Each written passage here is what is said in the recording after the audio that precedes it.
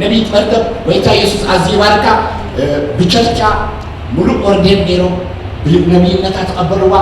نحناون بنبي نتا نقبلا لنوي زمن عاقي وتازن عنايو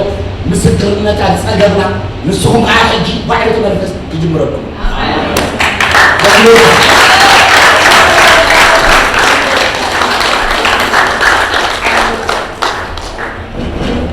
سم እግዚአብሔር ይባረክ እስኪ ኢየሱስ እልልታን ጭብጨባ ኢየሱስ ጌታዬ አሜን አሜን ክብርን አምላክ ይሁን እዚህ ጉባኤ በሐውስ ተወልዕ ጉባኤ እግዚአብሔር ይባረክ ሽመይ መርከብ ይባል ያው ፓስተር ብዙ ተዛሪ ቢዩ ሎም አንተ ስለ ኢየሱስ አና አብዙ ተዛረበ አሜን ኣብ ሱዳን ነውሕ ዘመን ነይረ ምናልባት በሱዳን ተሐልፍ ትፈልጡ ትሆኑ እግዚአብሔር ዓቢይ አሜን ዘማዓት ዚያ ሃሌሉያ ከምት ፓስተር ዛወጃ አጋጣሚ አይነትን ግን ምግጥጣም ከሆነ አሜን አሜን አመንፈሳዊ ዓለም አጋጣሚ ዝባሬ የለም ምስ ሐሳብ አምላክ ምግጥጣም አሜን እግዚአብሔር ይባረክ ስም እግዚአብሔር استبارك በጣም አዘ ዝኽብሮ አዘኻ ዝባርኹን ፓስተር እግዚአብሔር ይባረክ አይኑ ዝተኸፈተ መራሕል ነው ምናልባት ሱዳን ተሐለፍኩም ፓስተርኩም ስለዝነበረ صحت ፈልጠው ያ አነ ብትሕቲዩ አይውሽ አይረፍ ወጣደ አትሕቲዩ ፓስተር አይኮኑ አይተገልገልኩም ግን በሐቂ ትፈልጠው ፓስተር አነ ብትሕጂ ዘለኹዎ መንፈሳዊ ህይወት መንፈሳዊ አገልግሎት ቅድሚስ ዓመት ንሱሪ ሆነ أملاك معنا علم يسوي كل مني والحنتي استرعوا لنا مرتين شابل بشرعة البحر ما بعد مش حالف معنا بشرعي شو هي زجاج بالليل أم أنا جنجل كلهم نعلم يسوي كل مني باستر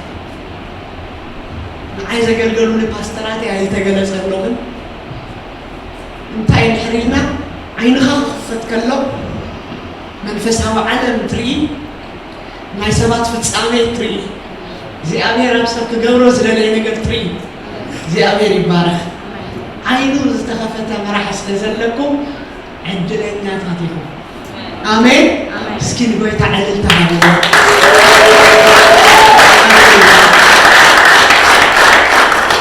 أنا باستر سلومن ريل بيوتي اسفلتو بيوتي اسفلتو نسألكم برأيكم بتزلوا منفسها وعقمي نايلو بحسر عمتي ريوان اتزملوها هاللويا كله تفتسيين كله خيني يسوس قويتاي كبروا دون يسوس يخون هاللويا أنا ما بزمت أخذ بعلامي آمين هاللويا بس حق زي كان قريمة إنه مساحاتكم جنب بعلامة زي أمير بارك حتى قويت عبين هذا كجبري آمين آمين سكي قويت عبين هذا كجبري ولو هاللويا بقى حتى كأملا هنا نتصبح خمسة ما يكون نتصبح أملا عبين هذا ربي وتكجبري آمين أملا عبين هذا ربي وتكجبري أبدك أنستيوت عبين على ما أجزاء الله هاللويا آمين تبلا مسيلون هاللويا أنا نحر እግዚአብሔር ተጠቅሞና ናሓት ግን ዘይተቀመጥ ምክንያት የለም ሃሌሉያ ተንሲና ዶ ለአምላክ በሐንት ጸሎት ክላክብሮ ኢና ሃሌሉያ እስኪ ተባረክ በሉ በቃ ተመስገን ሃሌሉያ ንዑስ መስሎ ስለዘይለ ሃሌሉያ ንዑስ ወዳደሮ ስለዘይለ ሃሌሉያ ዝመስሎ ስለዘይለ እግዚአብሔር አብይ ሃሌሉያ ካመረዳታ ነብላኒ ካብዝነጽሕና የብላኒ ካብዝሓለፍና የብላኒ ብላኒ ሃሌሉያ እግዚአብሔር አብይ አሜን እስኪዳኩም ዘርኩም አብይ ኻበሩ ሃሌሉያ ኦ ሃሌሉያ ዘይግመት ሃሌሉያ ዘይግመት ሃሌሉያ ዘይትንተን ሃሌሉያ ኦ ሃሌሉያ ስምካ ይባረክ አምላክ ይመስኻ አብይኻ يمسجنك الله يبارك الله يمسجنك الله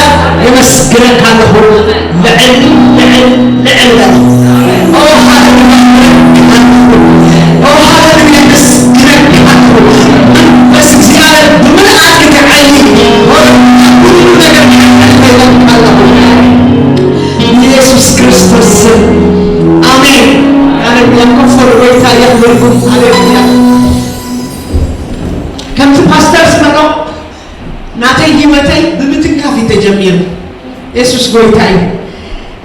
ቅድሚ 26 ዓመት ናይ ሎሚ 26 ገለገለኹም ኣይተወለድኩም ወይ ከዓ ቆልዑት ነይርኩም ናይ ሎሚ 26 ዓመት ኣብ ካርቱም 94 ብጣዕሚ ናይ እግዚአብሔር መንፈስ ብሓይሊ ኣብቲ ከተማ ዝሓለፈሉ ግዜ ነይሩ ኣብቲ ግዜ ንሱ أصبت بهال أجلجالي نيرا زيابير بحيل كمال نبي نيرا زيابير زتنسى نيرا مستخت جلجل أمن رحدهم سبلت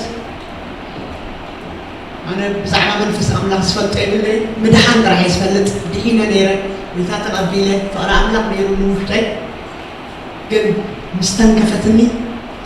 تقبقات بالقاتنا بالعينز كافت جزي جميل كساعتي نعم الله يزنبر آمين هاليلويا بمنتهى تأمن نحريكم من بمتنكا يزامن آمين أنا هاليلويا سب إن حتى تنكفوا يلوت آمين آمين سب إن حتى تنكفوا تايهون سكيلوت من مكرا يحزو سلمات يحزو بحري يحزو حدار يحزو قلعة يحزو شجرة يحزو ولا حنت يحزو ولا قريب اللون just يلوت لما أنت منفس زيادة يتنكفكم.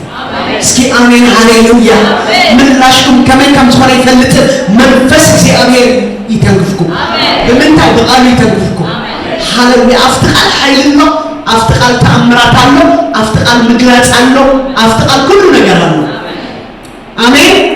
آمين እግዚአብሔር ይባረክ ናይ ደሞ አንተ መልእክት እግዚአብሔር ናጸለሙ ነና ውሽተይ ዘምጾ መልእክቲ መንፈስ ይምላኹም ዝብል እንታይ ይምላኹም እስኪ በሉ እንታይ ይምላኹም መንፈስ ይምላኹም እስኪ በሉ ሃሌሉያ አነ እንታይ ዘአምን መስልኩም ሐቢብካ ምስባኽ ይዛምን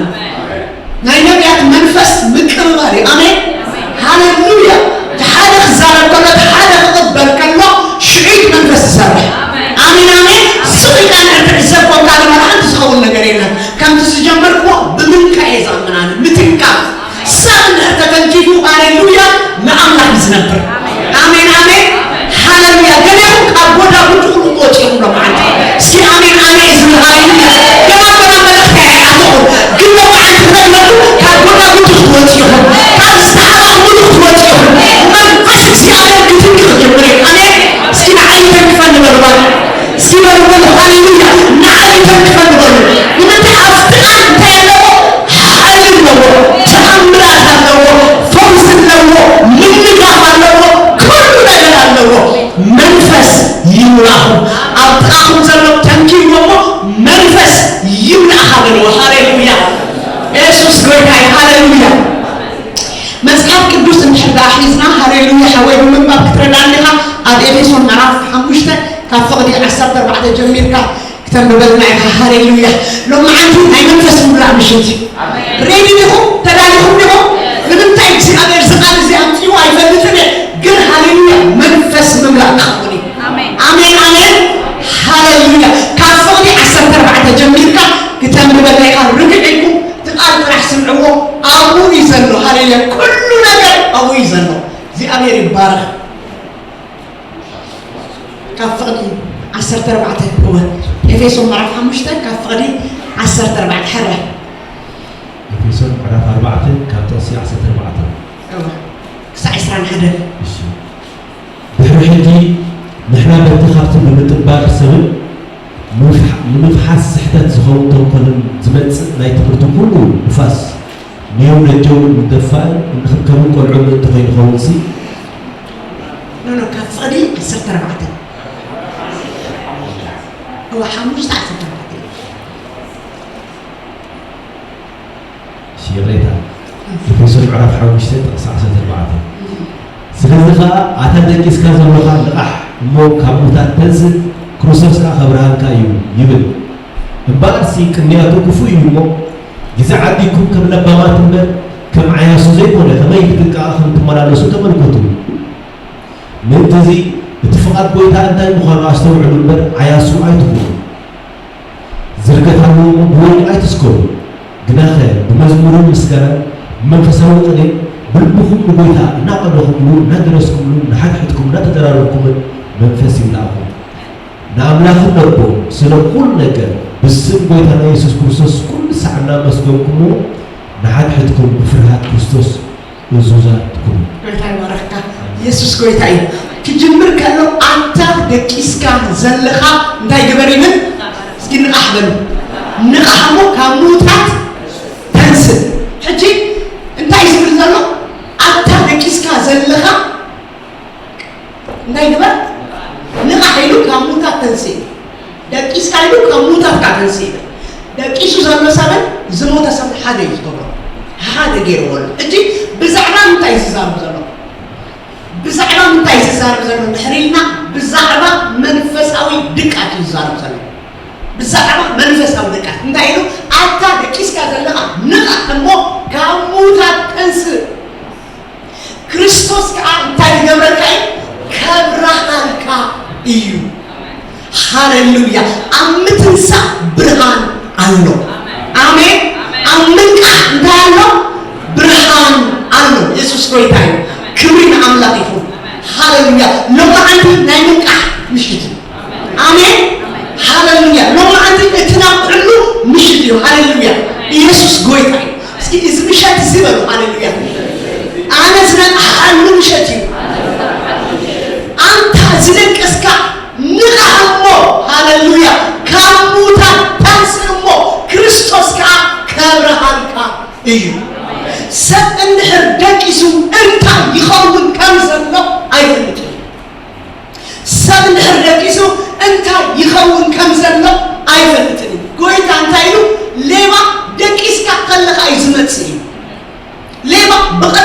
ኣይመፅእን መዓዝ ዝመፅእ ብፀልማት እዩ ዝመፅእ ንምንታይ ሰብ ምስ ደቀሰ ዝመፅእ ንምንታይ ምስ ደቀሰ ዝመፅእ ሰብ ምስ ደቀሰ እንታይ ይኸውን ከም ዘሎ ኣይፈልጥን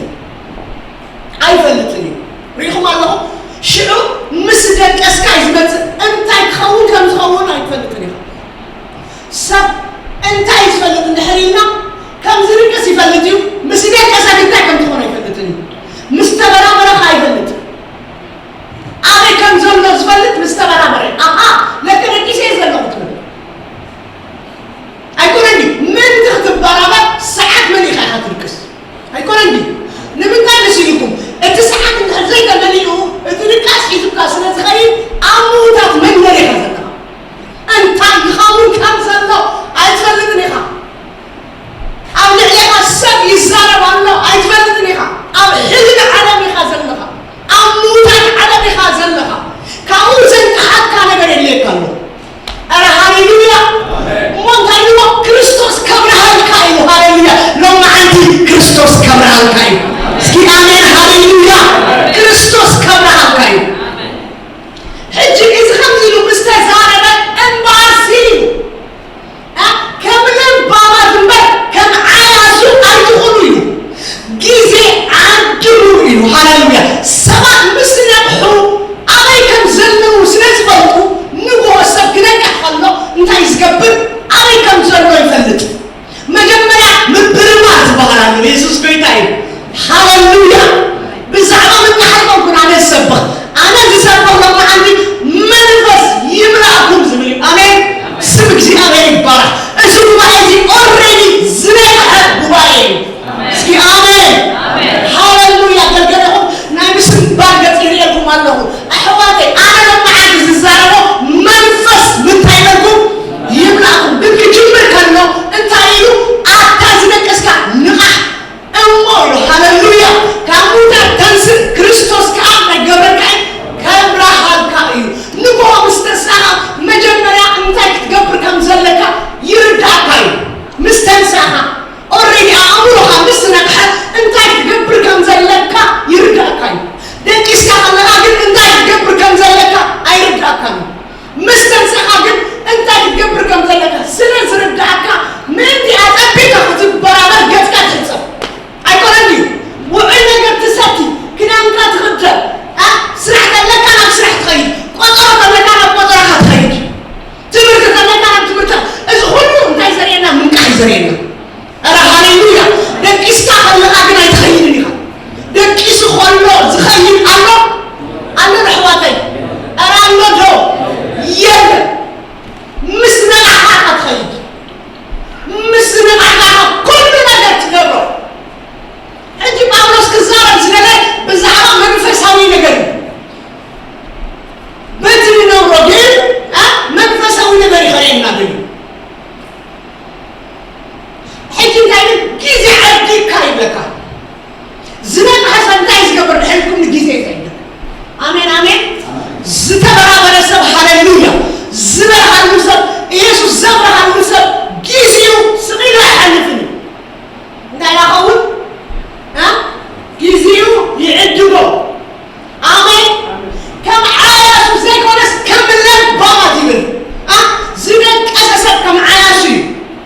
ዝነቕሐ ሰብ ከም ለባም እዩ ሃሌሉያ ኣረ ሃሌሉያ ድሓር ቀፂሉ እንታይ ብለና ፍቓድ እግዚኣብሔር እንታይ ምዃኑ ፍለጡ ይብለና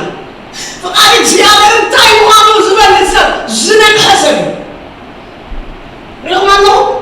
ፍቓድ እግዚኣብሔር እንታይ ምዃኑ ዘለለየ ሰብ ዝነቕሐ ሰብ እዩ ስም እግዚኣብሔር ዝተባረኸ ይሁን ጊዜኡ ዝዕድግ ሰብ እንታይ ዝኾነ ኢልና ኣለና ዝነቕሐ ሰብ እዩ ሃሌሉያ ፍቓድ እግዚኣብሔር ዘለለ ሰብ ከ እንታይ ዝኾነ ሰብ እዩ ዝነቕሐ ሰብ ሃሌሉያ ብኢየሱስ ክርስቶስን ብመንፈስ ምንቃሕ ይኹነልኩም ኣሜን ኣሜን ሃሌሉያ ብመንፈስ ምንቃሕ ይኹነልኩም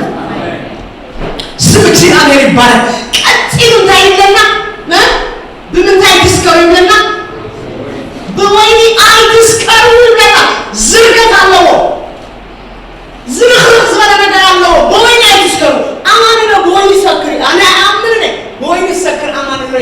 ይሁን ግን በነገር ግን ዘክራለሁ በእላት ዘክራለሁ በሚዲያ ዘክራለሁ በስተፋለ ነገር ግን ዘክር ነገር ግን አለው ኮሙስለት ሆነ አይትስከሩ ይሉ እና ይላሉ መንፈስ ታይበሩ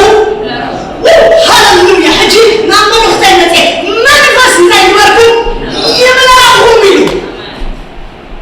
በመዝሙር በመንፈሳው ቀን እና ደረስኩ ብሉ እና ተቀና ሁሉ ነንህድኩ እንታይ ይምላሁ ይሉ መንፈስ ይምላሁ ይሉ ስም እግዚአብሔር ይባረክ ለማዓሊ መንፈስ ከመናኩኝ እስኪ አነ መንፈስ ከመናሊ ይበሉ ሃሌሉያ እንደና መንፈስ መሊካ አትነካ መንፈስ ዘይነው ሰባ ፈዘናከ መንፈስ ዘይነው ሰባ ንባዓት አሜን ሃሌሉያ ነዓላማ ንባዓት ነሐሳብ እግዚአብሔር ንባዓት ንመንፈሳዊ ነገር ንባዓት እግዚአብሔር ከገብረ ዝለኔ ዝዛረበ ዘሎ ንባዓት እንታይ ነሕመሊዎ መንፈስ እግዚአብሔር እንተመሊዎ ስም እግዚአብሔር ይባረክ ሪኮማኖ ጊዜ ሐስቢው እንደተፈረከ ሆይሉ እንታይ ይባላል ማለት መንፈስ አይመለካ መንፈስ ዝመጣም ሰባ ጊዜ ምዕዳግ ይፈልጥ ሪኮማኖ ዳዊት ክብር የሆነና መንፈስ እግዚአብሔር አልዕዩ ነበር የለና አይቆነድ ዳዊት ዘመኑ ሁሉ ግን ናይ ሐሳብ ይነሩ ናይ እግዚአብሔር ሐሳብ ንምንታደና በመንፈስ ተመሪኡ ነው ስም እግዚአብሔር ይባረክ እስኪ መንፈስ ይምላሁ አሜን አሜን ሃሌሉያ እስኪ መንፈስ ይምላሁ አህዋቴ መንፈስ ይምላሁ መንፈስ ዝመናው ሰባት ሃሌሉያ ጊዜው የድሩ መንፈስ ዝመናው ሰባት ይነው ንዓይ ክርዳን ካሎ መንፈስ ዝመናው ሰባት ክነብሑ ከሎ ይነብሪ ሳምሶን ሪሕሞ ወሎ እግዚአብሔር ንዓላማ ምስተወራው እንታይ ልዕሊ ገይሩ መንፈስ እግዚአብሔር ኣብ ልዕሊ ዘምፅኦ መንፈስ ኣቡ ኣይተረድኦ ኣዲኡ ኣይተረድአቶ ግን ኣብ ሓንቲ ኦም ኣብ ሓንቲ ፅላል ኮይኑ ብመንፈስ ቅዱስ ይነቃቃሕ ነገር የለና ሃሌሉያ መንፈስ ይመርሖ ነገር የለና ሃሌሉያ ንምንታይ ነሪካ ንዕላማ ሃሌሉያ እግዚአብሔር ንባዓል ስለዝደለዮ ሃሌሉያ ፀይ ክሃርብ ስለዝደለዮ እግዚአብሔር ክዓይኑ ስለዝደለዮ እንዳወሰደ መንፈስ ይመርሖ ነበረ ሎማዓንቲ ውጨለኹ ብኢየሱስ እስኪ እጃኩም ዘርግሑ ሃሌሉያ መንፈስ ይምላኹም ብኢየሱስ ይውጨለኹ መንፈስ ሽላኹ ሃሌሉያ መንፈስ ሽላኹ አቡ አይተረዳሉ አዲው አይተረዳሉ ከነሱ ትግልጽ ዝሰጠው ልሳነ ሳምሶን ከይተነከተ ወለ ደኸሎ እግዚአብሔር ሃሌሉያ ንመን ተዛሪሙ ነዲው ተዛሪሙ ግን አዲው ነጥቃላ ድርዶና አቡ ነጥቃላ ይዶኒ አዲው አብዓላ ውሽኻት ሆኖ ምን ተቃልቆ ይናገሩ ንምን አይተረዳው ሳምሶን ግን ሃሌሉያ መንፈስ እግዚአብሔር አለኝ ስለተመጣ ናምን ንቃሕ ወረዱ መንፈስ እግዚአብሔር አለኝ አመጪው ናምን ንቃሕ ወረዱ እስኪ ሃሌሉያ መንፈስ እግዚአብሔር አለኝ አመጪው ናምን ንቃሕ ክትወርዱ እዩ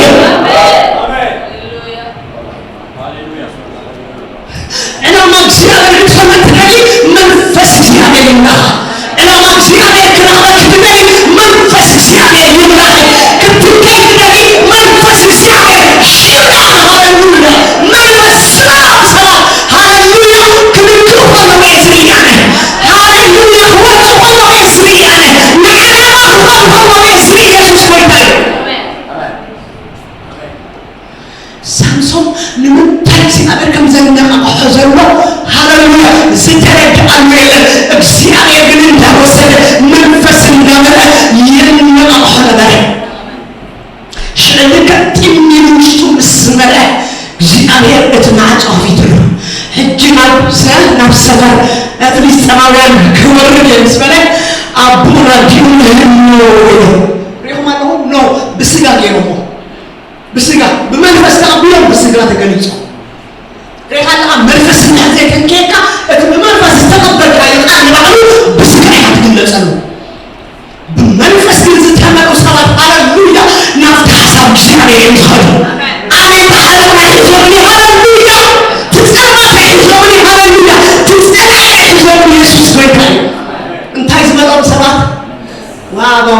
በጃሁን በሕዋቴ እንታይ ዝበሎም ሰባት እስኪ ኣሜን እንታይ ዝበሎም ሰባት ኣነ መንፈስ እግዚአብሔር ጉባኤ መሪው ራእይ ነው እንታይ ዝበሎም ሰባት መንፈስ ዝበሎም ሰባት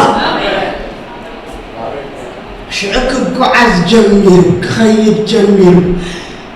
ሽዕኖ ኢሎሞ እምበኣር ንሕና ስምሰኻ ክንከይድ ኢና ኢሎም ተሲኦም ምስኦም ሓቢሩ ክኸይድ ምስ ጀመረ ኣብ መንገዲ ይብለና ኣንበሳ መፅኡ ናብ መን መፅኡ ይብለና ናብ ሳምሶን መፅኡ ናቦም ኣይመፅን ንምንታይ ተልኩም መንፈስ እግዚአብሔር ዘርባ ልዕሊ መን እዩ እስኪ ልዕሊ ሳምሶን በሉ በጃኹም ሎማዓንቲ መንፈስ እግዚአብሔር ኣብ ልዕሊኹም የምፃእ ናይ መንፈስ መልኣክ ሓደ ግዜ ይኮን ኩሉ ግዜ ሃሌሉያ ሓደ ግዜ ዝርዳእኩም ሰባት ኣለኹ ሎማዓንቲ ሓሳብኩም ቀይሩ መንፈስ ምምራእ ኩሉ ግዜ እስኪ ኣሜን እስኪ ኩሉ ግዜ መልዋተይ ሃሌሉያ ኩሉ ግዜ ሽዑ ሪኹም ተነቃቂ ይኮነን መንፈስ ተመሊኡ ትንበሳ መፅኡ ክበልዖ ምስ ጀመረ መንፈስ እግዚአብሔር በሓይሊ ይወረዶ ይብለና መንፈስ እንድሕር ተመሊኻ በሓይሊ መንፈስ እግዚአብሔር ኣብ ልዕሊኻ ይወርድ ኣሜን ኣሜን ኣሜን ብመንፈስ እንድሕር ተመሊኻ በሓይሊ እግዚአብሔር ናባኻ ይመፅእ ኢየሱስ ጎይታ እዩ እስኪ በሓይሊ ጎይታ ናባይ ክመፅእ ደልየ ዝምሰ በሓይሊ ጎይታ ናባይ ክመፅእ ደልየ ዝምሰ መንፈስ ይምልእኻ ኣሜን መንፈስ ይምልእኻ ሃሌሉያ ንዕላሙ መንፈስ ይምልእኻ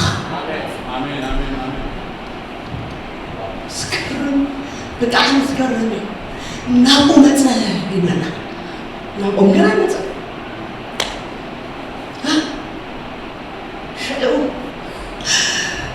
ናብ ሳምሶን ምስ መፀ መንፈስ እግዚአብሔር ቀዲሙ ኣብ ልዕሊኡ ብሓይሊ ወረደ ንፀላኢ ቀዲምዎ ንኣንበሳ ቀዲምዎ እቲ መንፈስ ብሓይሊ ኣብ ልዕሊኡ መፀ ሃሌሉያ ንሱ ኣብኡ ይኸፈተ ከሎ መንፈስ እግዚአብሔር ኣብ ሳምሶን ብምልኣክ ሞሊኡ ንምንታይ ቀድሚኡ መንፈስ ይመልኦ ነይሩ ሪኢኹም ኣለኹ ኣነ ዝርድኣኒ ዝተነቃቕሐ እዩ ዝነቅሕ ትነቅሕ ትደሊ ዲኻ ኣንቃሕኒ ተነቃቃሕ ክትነቅሕ ዳ ደሊኻ ደቂስካ ምንቃሕ የለን ተነቃቂሕካ ኢኻ ትነቅሕ ንዝመፀካ ነገር ትነቅሓሉ እንድሕር ደኣ ተነቃቂሕካ እዩ ኢየሱስ ጎይታ እዩ ሳምሶን ኣብ ምንቅቃዕ ውሽጢ ስለ ዝነበረ ኣንበሳ ምስ መፀ ሃሌሉያ መንፈስ እግዚአብሔር እቲ ውሽጢ ዘሎ ኮይኑ መሊኡ ናብ ደገ ፈስ ሪኢኹም ኣለኹም ካብ ውሽጢ ናብ ደገ እዩ ሓወይ ሃሌሉያ መንፈስ ክመልኣካ ከሎ ካብ ውሽጢኻ ንደገ ይወፅእ ማጃጋ ባጋ ዱና ባጋ ኣይነባችሁ እንዴ ሃሌሉያ ስም እግዚአብሔር ይባረክ መንፈስ ክመልኣካ ከሎ ካብ ውሽጢኻ ንደገ ይፈስስ ንደገ ሕጂ ሰባት መንፈስ ይምልኦም ግን እንታይ ዘሎ ንደገ ምፍሳስ እዩ ዘየለ ሪኢኻ ኣለኻ እቲ መንፈስ ኣባኻ ብሓይሊ ምስ በለ ኣድላይ ዝኾነሉ ሰዓት ንደገ ይፈስስ ስም እግዚአብሔር ይባረክ ዘድልዮ ዕዮ ክገብር ንደገ ይፈስስ ስም እግዚአብሔር ይባረክ ሪኢኹም ኣለኹም ገና ሳምሶን እዩ ዘለኹ ሕጂ ሪኢኹም ኣለኹ ሳምሶን ኣብ ውሽጡ መንፈስ ስለ ዝነበረ ሽዒኮነን ድንገት መፅኡ መንፈስ እግዚአብሔር ኣብ ውሽጡ ብምልኣክ ቀዲሙ የነቃቕሖ ነበረ ዝብል ኣሎ የዳለዎ ነይሩ ነቲ ዓላማ የዳለዎ ነይሩ ፍልስጤም ክብቀል ከሎ በኣንበሳ ሓሊፉ ተበቂልዎ እንታይ ሓሊፉ ኣንበሳ ገይሩ እዩ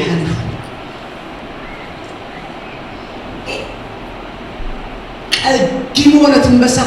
መንፈስ እግዚአብሔር ኣብ ልዕሊኡ ምስ መፀ ኣብ ኢዱ ዋላ ሓንቲ ነገር ከየለ ዝብል ቃል ኣሎ ሃሌሉያ ዝረአ ነገር የለን ዘይረአ ነገር ግን ኣለ ሃሌሉያ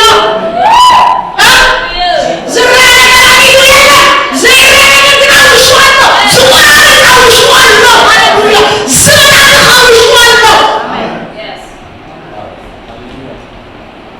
ኣብ ኢዱ ዝረአ ነገር የለን ኣብ ውሽጡ ግን ዘይረአ ነገር ኣሎ ኣብ ሰዓቱ ክግለፅ ዝግብኦ ውይ ሃሌሉያ ይብርሃልኩም ኢየሱስ እስኪ ኣሜን ይብርሃልና ዓወት ይብርሃልና ኣሕዋተይ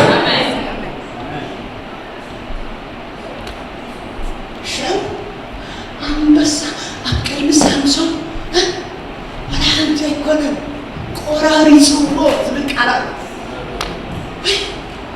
ቆራሪ ሓንቲ ዝርአ ነገር የለን ግን ዘይርአ ነገር ከዝመንይዎ ኣሎ መንፈስ እንድሕር መሊእካም ዲኻትኸው ሃሌሉያ ስም እግዚአብሔር ይባረክ ከላይ መንፈስ ሰባት እንዳይገሊዎም ታይምቁር በቃ ዲያጥራሕ ግዛረም ዝደሊ ብሎም ማዓንቲ መንፈስ እንድሕር መሊእካ ትንበር አሜን አሜን አሜን ምን ባይፈልጡ ረሕማታይ ትንበር ሃሌሉያ በቃ ልካ ከምፅሉ ይዝገብረካ ምን ባይ ንዓይ ከምፅሉ ዝገብር እየ ዝፈልጥ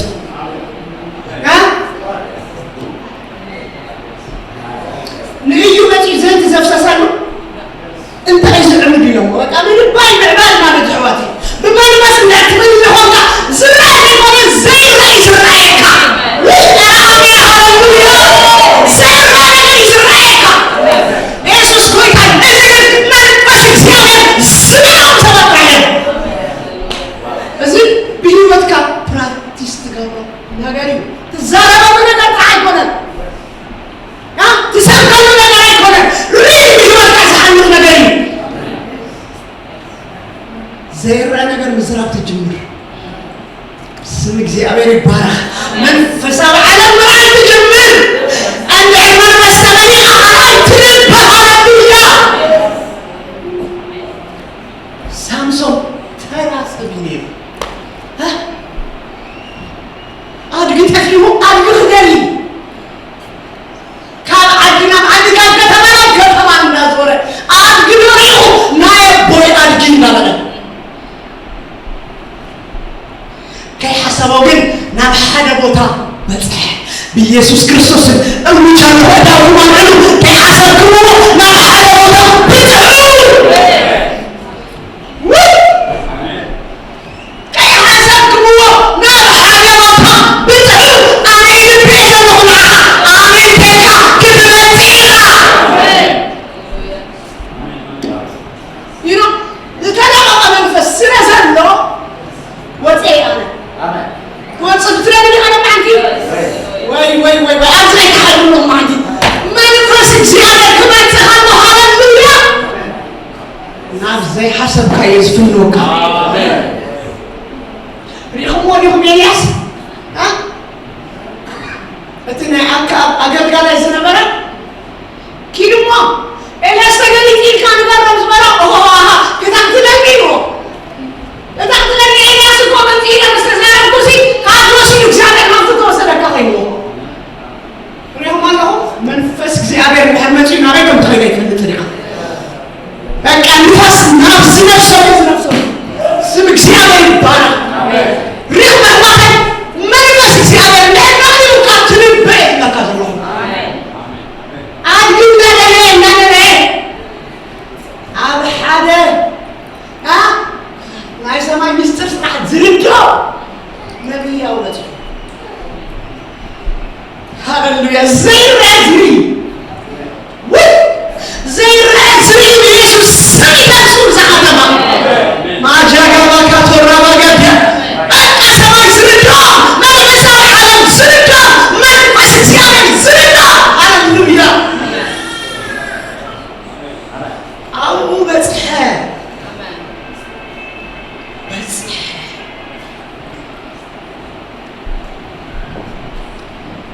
ስለ ኣድጊ ክሓትት መፅዩ ከይሓተተ ከሎ እትየን ትደልየን ዝነበርካ ኣዱግ ተረኺበን ኣለዋ ኢልዎ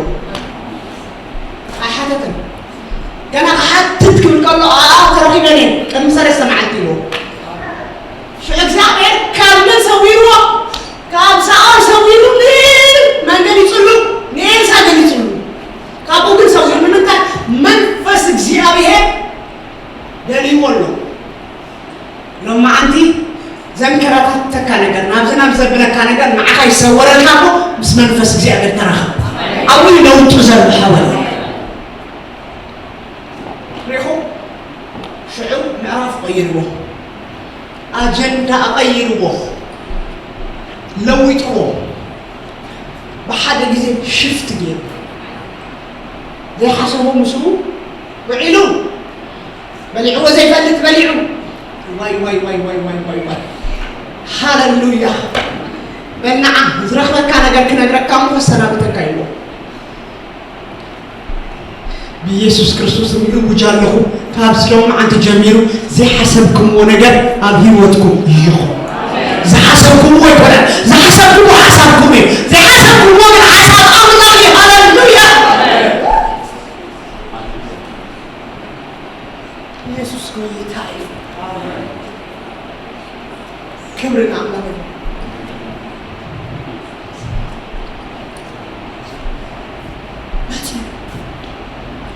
فاهم إنه مش مسح لما عندي له مسألة تفعل عليها له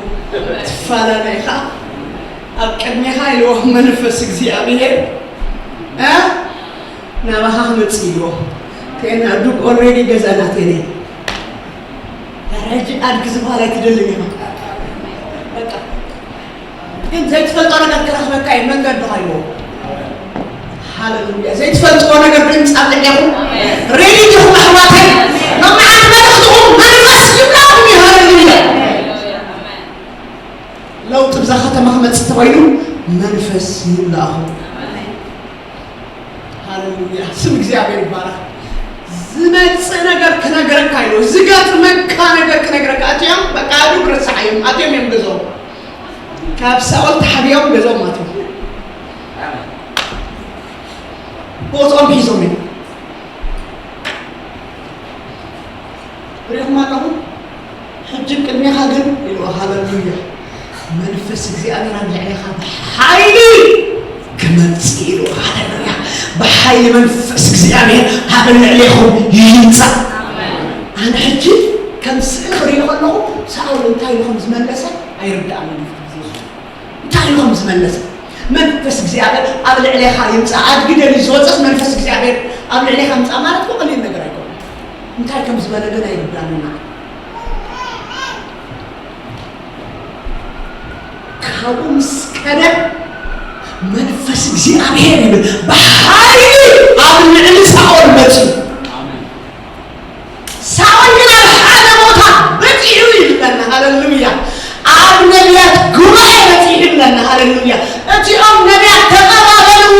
لنا هاللويا لما عند منفس زيادة أرسله من كل ما يقول هاللويا أفتنا يجينا متعكرين أنا بزوج زين أم حدنا متعبين يقرأ إذا أم حدنا شرط سلطعه أم حدنا حسب أم حدنا مولكن والله أنت كي تقول بقى تقرينا تبغى يزارك أم حدنا متعبين أم لا تقرينا متعبين والله تقرأ يوم ما كان ناي نبيات قبائل تقرأ يوم هاللويا سمك زيادة بارا منفسك زيادة بقى يتابس قبائل يمنا من كلمة يقول هاللويا من كلمة زلنا دوسنا زوام ساول بسمته نافتنا على يوم تقرأ يوم هدي ساول بس تمنى موت يعملون بس تمنى موت يعملون بس تمنى موت يعملون بس وانتهى موت يعملون أما كان أشيو منفسك زيادة بحالي نبني مثلا ساول كا تنبه لأننا منفسك زيادة قبل عليه أحمد تخلو هاللويا من البحر ساول كان يبخل لو أنت اللي كان زمان يملتني كان عمر قلب ينبه لنا وي هاللويا سكي أمين يقول من وجههم لما عيد من البحر يقول هاللويا كان بمس جمرة أنا أتفضل وين لنا اليوم أفتي قبائل يسوع تعرف ما يساوي صوت سبعة تريمو أنا مسفلتمو باكراوند زلناهم بس على ساو بجمعني أيضاً من يقول ملكم أما كلمات يخرب بجميله من فسوى على مشتاجين له كان سبعة من المؤمن سفلتمو سبعة له ناي كلام سبعة أولوس منو ساول أنت أيضاً كيفو أنت أيضاً كيفو له رغم أنه انبركك هاب نبيات وجندي زي دخلت أنا قرالهم تقبلوا زلهم سبعة لهم بمنفس تقبلوا سبعة لهم من البيت الجمريهم سمك زي أغير البارة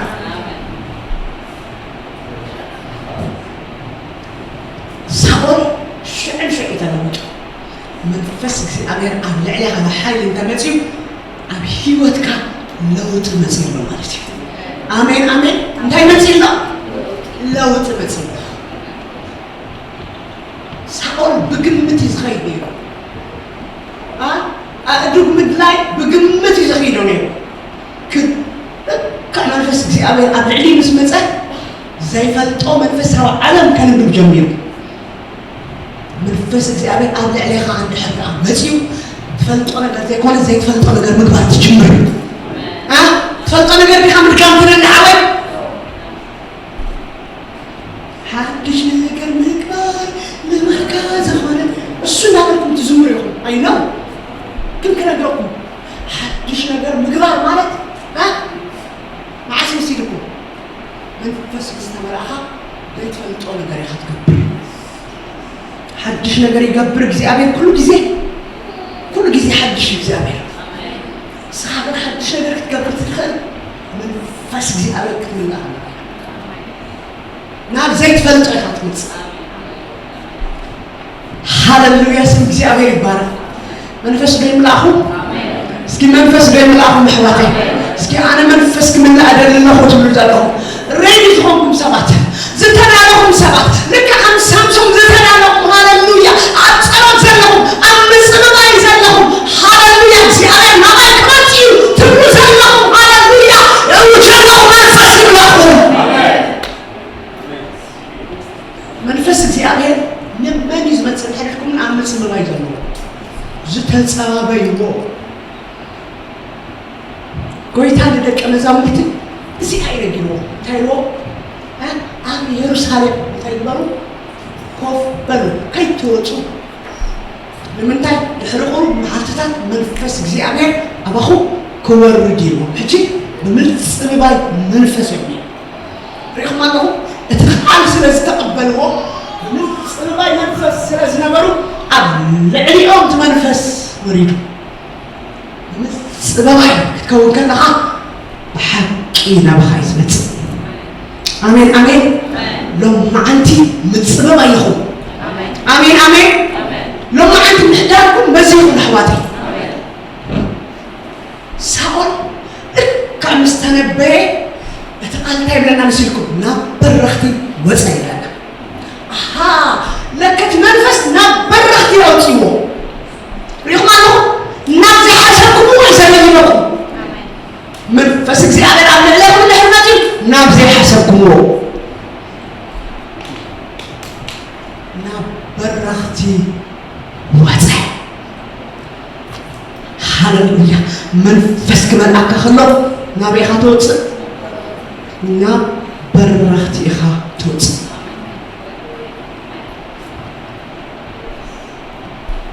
فقط እግዚአብሔር እንታይ ምዃኑ ፍለጡ እምበር ኣያስምዐይትኩን ይብል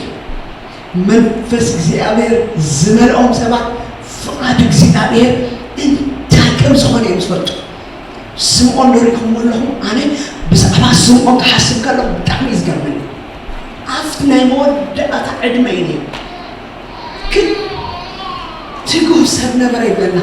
ናይ ጸሎት ሰብ ነበረ ይብለና መንፈስ እግዚአብሔር ኣብ ልዕሊኡ ነበረ ይብለና ካብ ዝገርመኩም እቲ ዘመን ናቱ ዘመን ናይ ብሉይ ኪዳን ዘመን ግን መንፈስ እግዚአብሔር ኣብ ልዕሊኡ ነበረ ክሳብ ክንደይና ንመንፈስ እግዚአብሔር ቀረባ እዩ እቲ ቆሙ ከይረአየ ለና ሃሌሉያ ሞት ከዘይመውት ይፈልጥ ነበር ከመይ ገይሩ ፈሊጡ ፍቃድ እግዚአብሔር ይቆለል ይዘሉ እቲ ታይም ፈሊጡ ወሎ እቲ ጊዜ ፈሊጡ አለል ይወሎ ንሱ ከይሞታ እቲ ቆሙ ከም ዝመት ይፈልጥ ነበር ንምንታይ መንፈስ እግዚአብሔር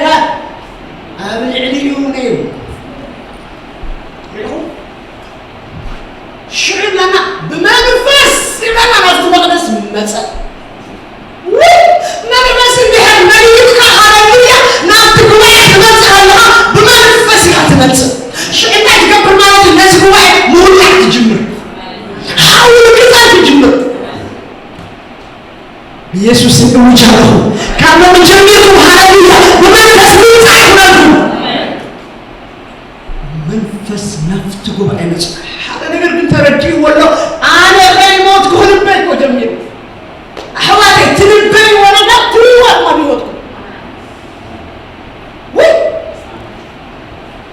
መንፈስ እግዚአብሔር ዝመራው ሰባት ይልበየ ባህሪ በቃ እኔ መንፈስ መልካ ትልበየ አሁን እኔ ህይወት ከዚህ ይስሆኑ እንደይ ተነብዩም ከብሱዳን ነብዝመጽ ባዕልኩም ለባዕልኩም ተነበዩ ነቢያት እንሐራድዮም እግዚአብሔር ነቢያት ከምጻልኩም ባዕልኻ ለባዕልኻ ተነበን እንታይ እዚ ዘመን እዚ ናይ ሓድሽ ኪዳን ዘመን እዩ እትስተቐበልካዮ መንፈስ ናይ ትንቢት መንፈስ ሃሌሉያ በቃ ንዕኻ ንዕመቲ ምንባይካ ትጅምር ንገዛኻ ትንበር ንሓዳርካ ትንበር ንቀደማኻ ትንበር ንቤተ ክርስቲያንካ ትንበር አጃክራ ባጋቱና ማዲያ በቃ እዚ ይመጣ ህይወት ተባለ ምንባይ ሃሌሉያ እቲ ጸጋ ዘለኩም ሰባት ቃ ኢየሱስ ክርስቶስ ብላዕል ይኹንልኩም አሜን ሃሌሉያ ስም እግዚአብሔር ይባረክ እግዚአብሔር አብዮቴ ከምዚ ይሰው እንድሕሪልካ ሆም ይዝኸው ስም እግዚአብሔር ይባረክ ስም እግዚአብሔር ይባረክ አይ ቲንክ ጀማል ኢየሱስ ክርስቶስ ጌታዬ አሜን ጀማል ተመይ ጎይታ አምጣበት ፈልታ ፓስተር ፖርቹጋል ዝበሃል ከተማ እናገልገል ከለኹ መንፈስ እግዚአብሔር ካፍትር በኃይል ጎቲቱ ናብ ዝመድረኽ ኣምፅኡ ዝክሬት ማለት ካብ ከቢድ ናይ እስልምና ዘሪ እግዚአብሔር ኣውፅኡ መንጭው ጭው ولا حدا يتنكفهم ولا حدا منفس እግዚአብሔር አውጥቶ ሃሌሉያ ዋው ዋው ጀማል ደረግ ዓመት ይዝሪዮ ዘሎ ደረ 15 ዓመት ይዝሪዮ ዘሎ ማለት ኢየሱስ ጌታዬ እስኪ ክብር አቦ ነዘቀላ ሃሌሉያ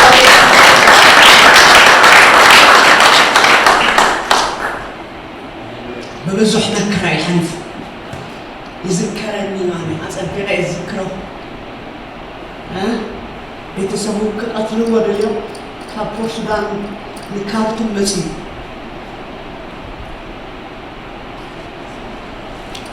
أصدق يذكره ብዛዕባ መንፈስ እግዚአብሔር እናሰማኽኩ ትክክል ሃሌሉያ ክብርን አምላክ ነው ኢየሱስ ጌታ እስኪ እልልታ ጌታ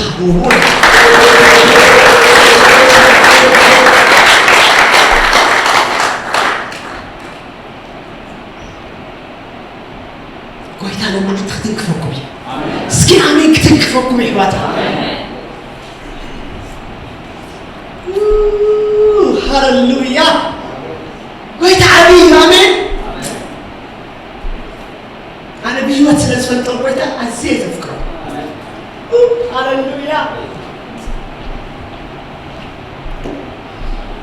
ሃሌሉያ ስም እግዚአብሔር ይባረክ ስገርም ነገር ስሟ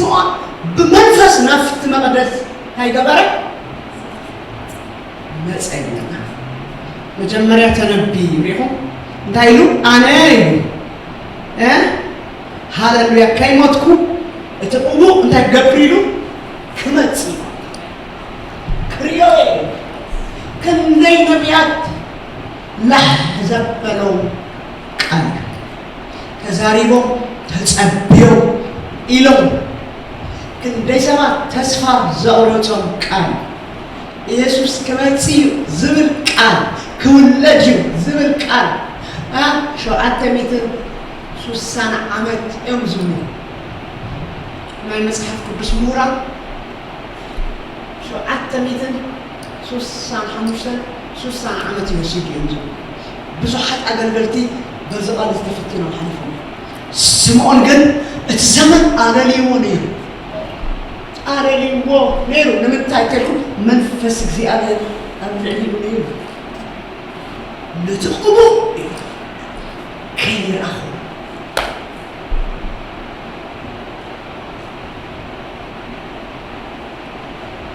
ኢየሱስ ጌታ እዩ ሃሌሉያ ሽዑ ማርያምን ዮሴፍን ነቲ ህፃን ሒዞሞ ናፍቲ መቅደስ መፅኦም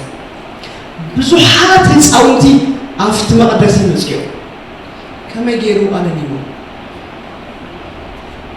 ፍቓድ ኣምላኽ ኣለልዩ ሓደ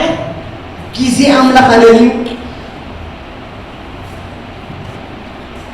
ንየሱስ ኣለልዩ ንምንታይ እንተልና መንፈስ እግዚኣብሔር ኣብ ልዕልዩ ነበረ ሪኢኹም ኣለኹም እዚ ምልላይ መንፈስ ዝበሃል ቆስኢልካ ንስኻ ምስ መንፈስ ኣምላኽ ዘለካ ኮኔክሽን ሽዑ ምልላይ ዝብል ነገር ዝመፅእ መንፈሳዊ ዓለም ምልላይ ይሕወት ምርዳእ ምፍላጥ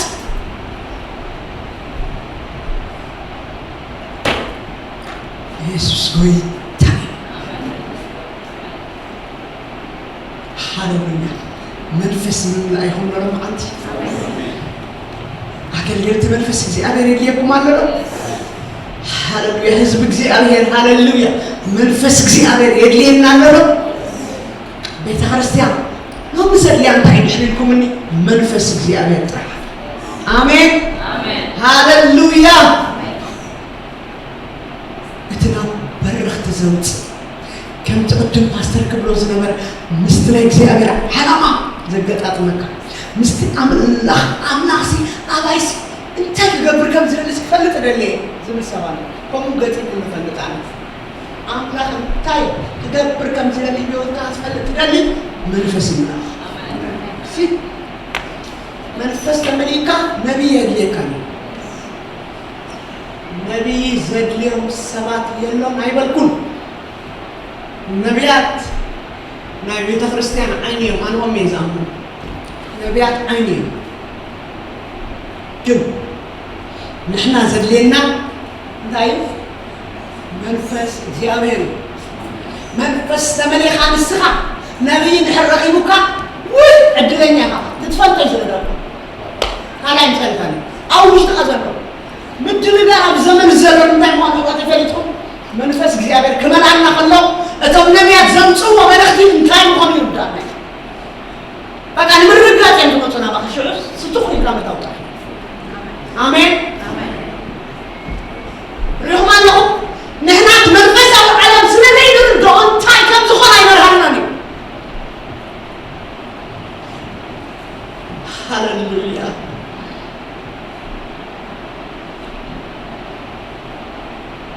እንታይ የድሊ እንድሕር ኢልኩምኒ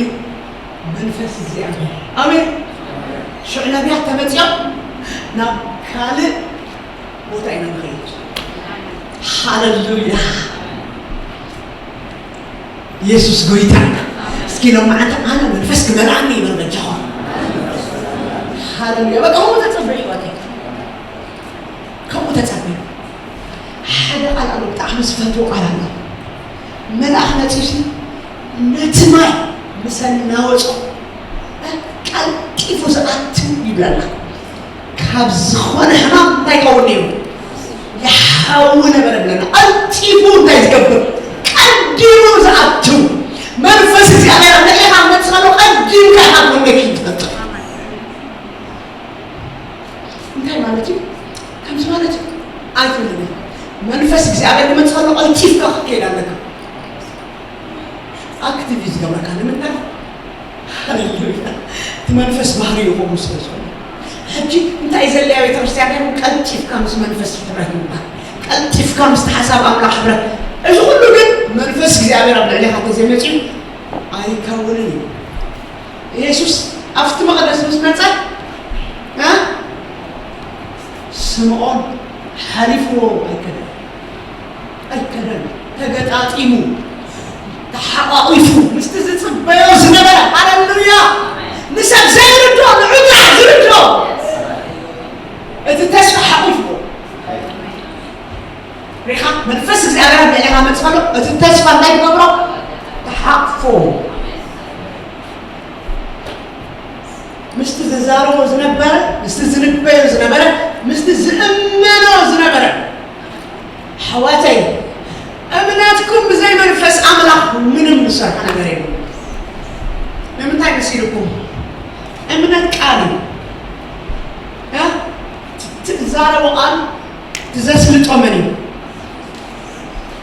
منفس لذي كم منفس خونه قال توتخلو شعن شو يزخو هاللويا سم እግዚአብሔር ማለት መንፈስ ሃሌሉያ ለእምነት መንፈስ ስለዝሆነ ቃል ዘስልጥ መንፈስ ስለዝሆነ እግዚአብሔር አለ ኮነ ዝብቃል كزارب كله እግዚአብሔር مستقاليت منفس غيد شعو ناي مخان ناي مسلات ناي مفتسام بقريزة له يسوس قويتاي لو معنتي ناي يملاخو منفس يملاخو فقال እግዚአብሔር بزي منفس ايتللني خا يزوزان يخلها كيزيخا بزي منفس كتعدقو ايتللني بزي منفس كتنقع ايتللني خا لومي ترى احا تمليس كان هتدقس منفس እግዚአብሔር عبد عليها انت متصقن هاللويا دقاس كاب عليها انت يقول يخيد شو انت يكون لك منك يكون لك مصحف قدوس اتأثرت دناقل يبلنا تنحموشت انتاي نيران يبلنا نبما تنحموشتنا عياش يبلنا نحن العلامة يتسين مرعوين مغبا علامة نحارين زحازقو نجار حر عينتي كن في اللي زلون تاي زيت مملان زيت مقدار مملان مقدار تنزمنا مستعلم انت قطعتي تنزمنا لها مستعلم انت حنانف كجزاي المسكره مرعو متي تمعتو بعتو ግን ዓላማ ነው የሆነው አገልግልቴ ድሌት ነው የሆነው ቅንዓት ነው የሆነው መበግሶ ነው የሆነው ግን ወደኔ ነው لو عندي بلاننا ده استعملني بلاننا ده أبزموت እግዚአብሔር ዓላማ ነው وي وي وي وي وي وي هاللويا انت ያለው እግዚአብሔር እስከ ዓላማ ነው هاللويا جماعته مسبقو منفس قدوس رحوات يبلنني ها انتي اسكي بمنتي رحوات هاللويا او نرحوات بيمت يعني رحوات نخوج يمت يعني يقول لكم هاللويا بزيادة رحوات يبلنني هاللويا يقول لك لبينا ينزغال لبينا ينعينو لبينا ينا رحبوت قولين حواتي أنا فلتني رحبوت بالنجا أبزمت مساحو بنت منفس سنبرة زمرة إلا زمرة خلق رحبوت ويخون لك هاللويا اسكي يخون لك هاللويا اسكي يخون لنا هاللويا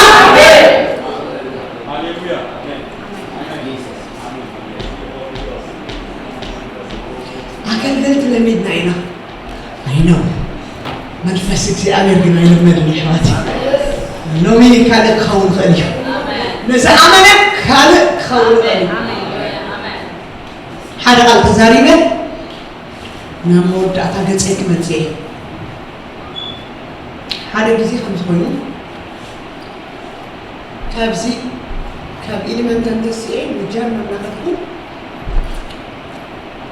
ኣብ ጥቃይ ኮፍ ዝበሉ ጻዕዲ እዮም ነይሮም እጂ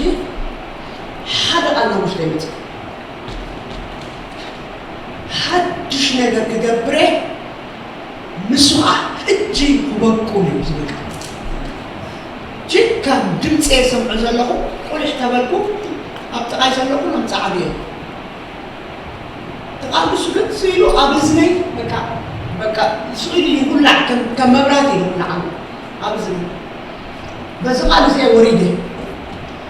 أفتخذ مسأته كل قال تسويني ذا قال يا ترحبا نحن ساعة ملو زيادة حدش نجر كذا بريو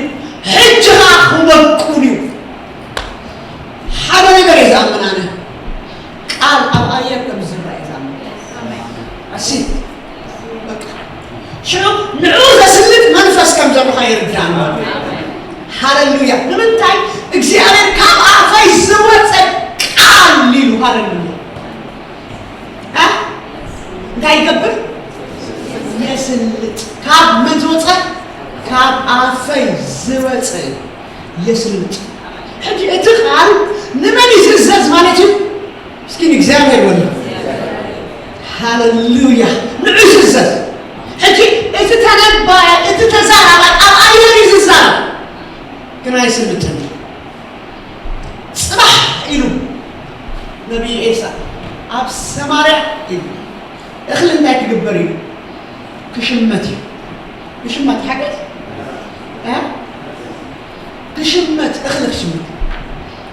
እዚኣ ቃል እዚኣ ጽባሕ ኣይተዘርአን ኣይበቆለን ኣይተዓፀደን ንኸይዝራእ ንኸይቦቅል እንታይ ኮይኑ ኣሎ ብፀላኢ ዓዲ ኩሉ ዙርዩ ኩሉ ተዓፂሉ ማዕጦ ተዓፂሉ ግን እግዚኣብሔር እንታይ ኢሉ ጽባሕ ስለ ረሕቦት እየ ዝዛረብ ዘሎ ረሕቦት ክኸውን እዩ ኣብ ሓደ ገዛ አሜን ዝብል ዘሎ እጅ ክንፅሊና ረሕቦት ክኸውን እዩ ሕዋት ዝገርም ነገር ኣብዛ ቤተ ክርስቲያን ረሕቦት ክኸውን ጎይታ ናብ ዘይረኣኻዮ ወለዶ ይክወስደካ ኣብዚ ቦታ እዚ ናብ ዘይረኣኻዮ ሃሌሉያ ፓስተር ናብ ዘይረኣኻዮ ወለዶ ስም እግዚአብሔር ይባል ረሕቦት ክኸውን ምስ ጀመረ ናብ ዘይረኣእሞ ወለዶ ውሽጢ ታውፅዩ ስም እግዚአብሔር ይባረክ ሕጂ መንፈስ እግዚአብሔር ይመጽእ ስለዘሎ ሃሌሉያ ቃላት የቀብል ይጅምራሉ ሪኹም ናብ ዘይረኣኽሞ ወለዶ ሰብዑ ጅምሩ ይኹም ተዳለዉ ሃሌሉያ ዝገርም ነገር ጽባሕ ኢሉ ከይዱ ደቂሱ ጽባሕ ቃል ዘይተፈፂሙ ኤልሳ እንታይ ይጽበዮ መቅተልቲ ይጽበዮ ኣብ ኣፍ ደገ ንጉስ ይተዛሪቡ ኣብ ኣፍ ንጉስ ይተዛሪቡ ሃሌሉያ ልዕሊ ንጉስ ዝኾነ ሃሌሉያ ሰማይ ምድሪ ዝፈጠረ እግዚአብሔር ንሱ ተዛሪቡ ንሱ ይፈጽሙ አሜን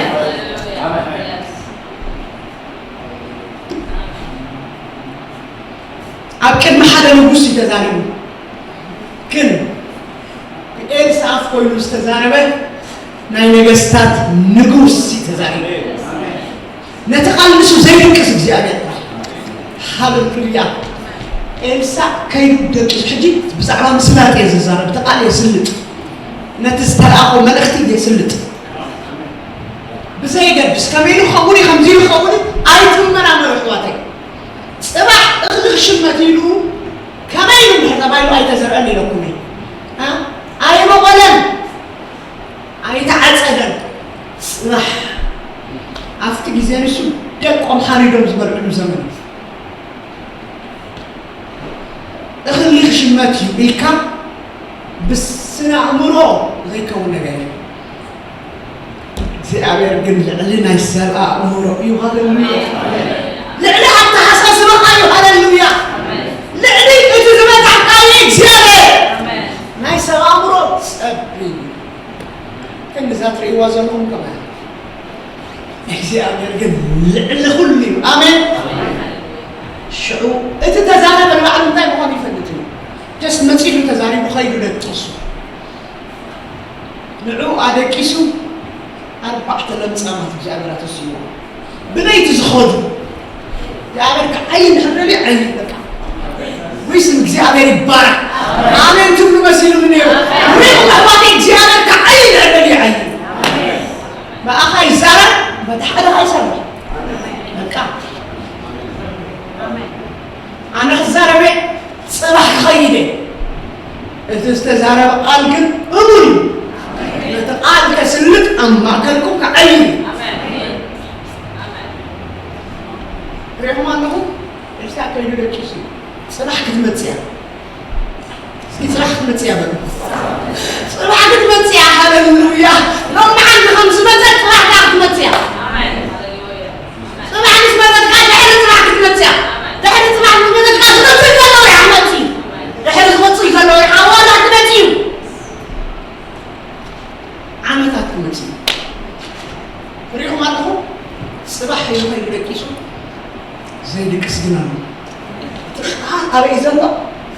أير بلو أير يزلا بمن كم سخون أنت كم سخون قرينا مترقى ما يقولني زي أبي تصرح تيلو كاتسمح هاللويا أي تترقموا على حباتي أنا سوون حرف ترقموا وهم أي تتسمح قال كزر قالوا كما يسخون زي قد بستغيل كعقل تيلو كاتسمح أسيت يخون يكاتسلي أوج تسمع قال لمن كم زلزال فهمت ليسع هنا نجزي عليه سماي مدرون فترة نسو يخون النعمة يكون زام مدر فتير واحد يخون النعمة لين السماي سبحيه وهاللويا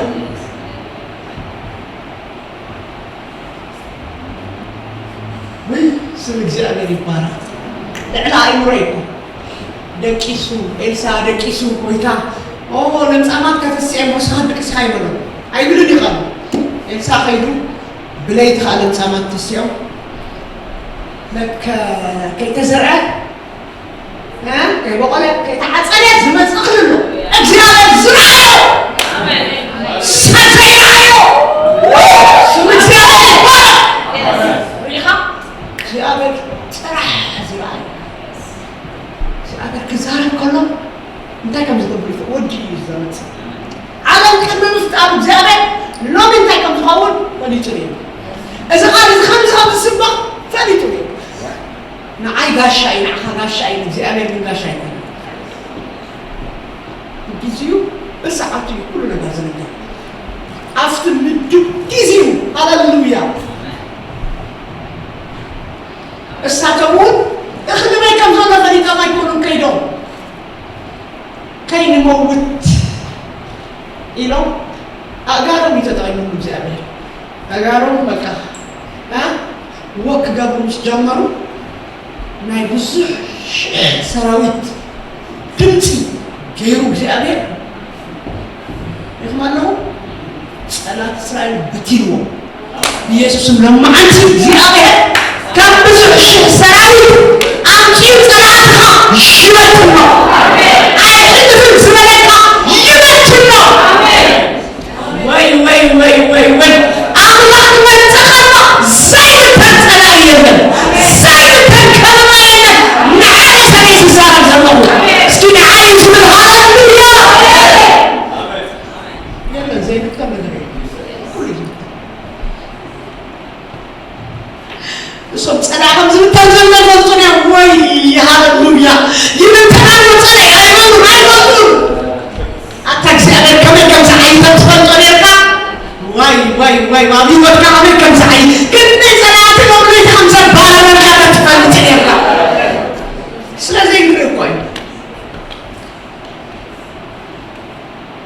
لك عيد صلاه زلمه من زعك ابي فهمت يساب كبيت صلاتهم كمشي ايبله زي ابر كم زيرك اي ايبله بلن صلاه ايبله انا حتى الملا علينا سمح شمت الدم كايت تقوم أبي وقت كذا كنت خبرت إلوكا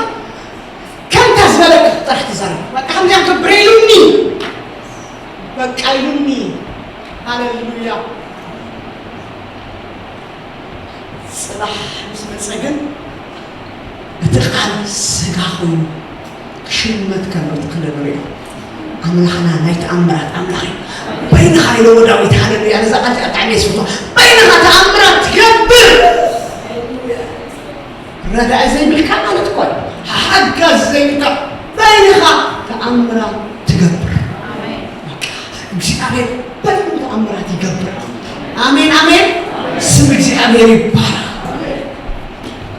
ሸንሸን خلخش መከረና ሃሌሉያ ምስጋና ወይ ከበረም እግዚአብሔር አመስግኑ ከመከም ተሰራሐ ተፈልጠ እግዚአብሔር ግን ለይቱ ሁሉ ከአይ ይሐል እዝረፍ ለዝመት خلاص ይሉ አይነጻ ብዙሓት አሽሓት ሰራዊት ድምፅ አስሚዐ መምጽኡ صلاتي أبرديكم يومسون آمين سمعت أنا بيسوع يبرهكم حوالي سيابير أملاخي معنا أمريكا ناي زي ما هلا ما لو مالتي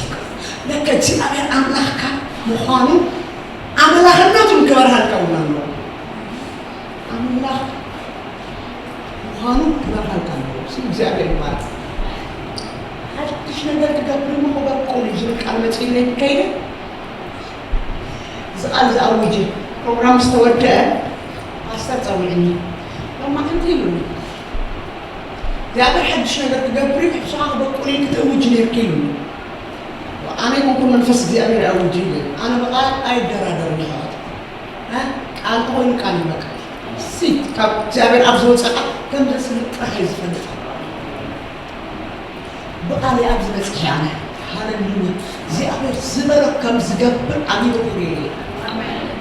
እግዚአብሔር ይحሱ ሰባይ በነ ቃል ወቂር እግዚአብሔር እወ ፓስተር ካንተ ተዛረቦ ወቁ ከም ዝገብር ይፈልጥ ይላል ሞን ሓደ ጸገም አጋጥሞና ነው ይሉኝ አንተ አገልጋሊት ኔራት ማይ አንተ ገይተ አገልጋሊት ያኔራ طفيئتنا عليكم سرتين فلت جزاء فوتينا مع صوت حنا قاعد من اسمنا أبي اتقال أير كمان كم سنة تزاريبا حجي كنسلينا تأمير بعرف طفيئتنا نوح عمل ما حدا عمل كمان لما أتليست حدا عمل نخلنا نروح حنا نخبر كلمة كان شيء أمير ذهب اللي تقصد صحيفة أو أفريقيا جزء كيرلا كل جزء اسمه تصدق سوني كما يسكبر وموسخ عن زامنة ماتين حتى سوامع خيلوني صباح كينا عم أفريقيا تقصد كيفنا عم يتمنى في منزلين عاملي تحتي خاص عزله متى تكمل تزغيني ليه ومي زامنا أبدي عم تقله ماستر صارون أبدي أخو فرينون أخو فرينون خير لهم كسعنا بجزاز ملس أبدي أحكي إذن ما رح يزمك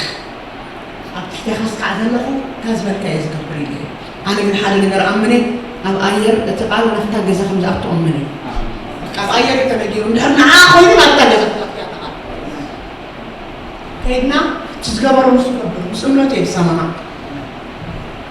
جرنا شعور صوني معتي كم جرنا مشيت مالتي نجزانا مسألة خلنا تليفون دويلة بحر عملت دويلة مش بعد تجزون تماستر لا تزراربا بعد تجزون ده بخير تزربوا نزلت أمس منك تزربي الوا هستفاد حفت مالت شو ما نفعل دويلة اللي إنه حدش نقدر نجبره إجها خبر كل بالدمسي نبجز المسلمين سمجي أبيري بارك أبجز المسلمين أنا نعمل السبب يعني أبجز المسلمين أنا استعد سوا جز المسلمين أنت كم تسبقيت فلتني يلا نفتوي شو تفسر تنبركي من عمله أمسكينه رغم أنه أتدمتي ناوي كم زخير بزي قدس ناوي كم زخير يفرق وكان بزبوا عز زلق ما يكون أبكى تمازلوا وكرهوا مغني حرق زي أميري من فسدين لأخو وداتا من فسد سبعة تايلو بمزمور بمنفس أو خلل إن درسكم نازمركم بإكسئابه تجبروا له أمسجنوا منفس تمر سبع كزمر يخطره منفس تمر سبع كقاني يخطره منفس زمر سبع كدرش يخطره منفس زمر سبع ننحرم كبراله يخطره منفس زمر سبع نايمس جانا بيوت زنو بك كمس جنوا الله يخطره ملك تامزي كزمر الله تعلمه من نسينه بك هم تخلي بس بنايا إذا مزمور سريدي كمان بس مستمنفس كونك الله بك كونك الله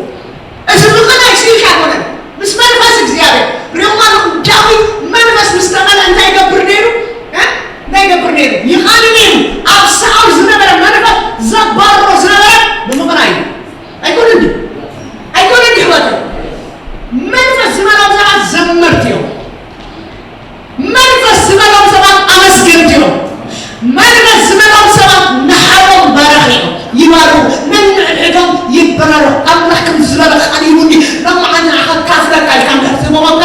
መንፈስ መልእካሉ ኢየሱስ ጎይታ ክብርን አምላክኩም سأنا تزاري منفس محمليكم نوحاتكم منفس تمليكم جزيهم يوم تعدلوا منفس تمليكم فعل جامل متفضل منفس تمليكم هاللويا نهاية خوني له بمزمارهم تملوا بمسجارهم تملوا سمك جامل بارخ منفس تمليكم على عقولهم تبارلوا منفس أنهر عمليكم يكون تنبين ويسوس قويتاي منفس عند حرمليكم هاللويا نام زيت فلتوه وتعهم توجه كبرنا عملاقكم فانسينا له نصلي هاللويا هاللويا هاللويا هاللويا وي حتى حالة منفس من الله سبي زبيلي أي مسلكم من حواتي منفس يملاهم آمين اسكي عامل كانت يا نسيتو تبقى منفس يملاهم حواتي منفس أو عالم كتريتنا لي بقى منفس يملاهم እግዚአብሔር ከገብረው ዝደል ነገር አብይወኩም ከገብር ተፈቅድሉ መንፈስ ይብላው ናው ዘሰጋግረኩም መንፈስ እግዚአብሔር ተራክዋቲ በመንፈስ ክምላ ከለና ናው ኢና ዘሰጋገር ሃሌሉያ ስም እግዚአብሔር ይባረክ እንጸልይናች እንጸልያ በመንፈስ ክምላ ኢና ሸው እግዚአብሔር አብይወትና ዝገብሮ ነገር አለ እስኪ ከመይ ሰባት ነው ማለት አነ ተጠቂመ ይዝብልሳ ሃሌሉያ ክብር እግዚአብሔር በቃጂ መንፈስ መልአኒ ናበሩ ፕሊዝ ነቲ ስተነገረኩም ቃልና ውሽጥኩም ሰሓቡ ሃሌሉያ መንፈስ መልአኒ ህይወተ ይቀየር ናብራ ይቀየር ናብ ዓላማኻ ከኣቱ ሃሌሉያ ናብቲ ንስኻ ዝረኣኻዮ ከኣቱ እቲ ንስኻ ክትገብሮ ትደሊ ህይወተይ ንሱ ህይወተይ ክኸውን ፈቒደ ኣለኹ በቃ ደልየ ኣለኹ ሃሌሉያ ህይወተይ ክበክዐ ማጃጋበው ራባዲና ማሳርያ ምስ ሓሳብካ ሃሌሉያ ምስ ዓላማኻ ሃሌሉያ ምስ ትምስኻ ትርዮ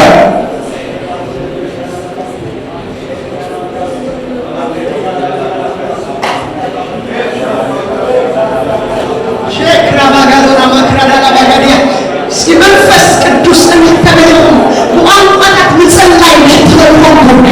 ሃሌሉያ እስኪ በቃ ንሕና ውሽጥኩም አለው አላ ሕይወት መንፈስ አቀጣጠሉ ሃሌሉያ ማዳራባዲና ሐውኸም ዝቀጣጠል ወምሽ ሐውኸም ዝቀጣጠል በቃ ጳውሎስ ጢሞቴዎስ ሐውኸም ዝቀጣጠል ነው እቲ ውሽጥኻ ዘለው